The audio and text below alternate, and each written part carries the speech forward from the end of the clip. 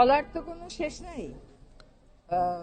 গতকাল পর্যন্ত শুনেছি যে ইলেকশন কি হবে, এমনকি SMS-ও পেয়েছি।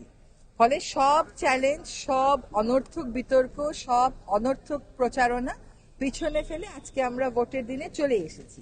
এবং দেখেন এখানে আমেজটা, মানুষ সত্যিকার অর্থেই ক্ষমতায়িত, সে তার ভোট দিতে পেরে আনন্দিত, সুশৃঙ্খলভাবে সবাই ভোট দিচ্ছে। Let us celebrate this. আমরা এই ইলেকশনটাকে, এই নির্বাচনটাকে, সরকারের এই প্রয়াসটাকে আমরা সেলিব্রেট করি। আরেকটা কথা হচ্ছে, ক্ষমতায় তো কখনো ছিলাম না, ছিলাম দায়িত্বে। দায়িত্ব তো সারা জীবনেরই একটা ব্যাপার, এটা প্রলম্বিত করা না করার তো কোনো ব্যাপার নাই।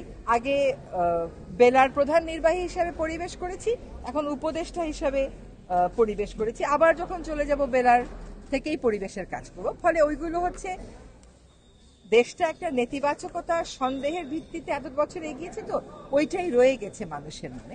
আজকে ইলেকশনের দিনে, এরকম শান্তিপূর্ণ ভোটের দিনে এটা প্রমাণিত হলো যে যত রকমের কথাবার্তা ছিল নেতিবাচক, সেগুলো আসলে একটাও আমাদের ক্ষেত্রে প্রযোজ্য। ফলাফল ঘোষণাটা তো আসলে আমাদের বিষয় না, এটা নির্বাচন কমিশনের বিষয়।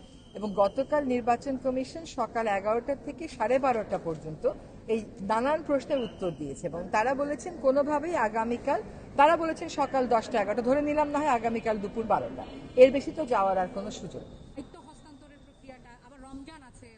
না না, দায়িত্ব হস্তান্তর যখনই আমাদের গেজেট নোটিফিকেশন হয়ে যাবে এবং শপথ হয়ে যাবে, তাৎক্ষণিকভাবেই আমরা দায়িত্ব হস্তান্তর করে দিব।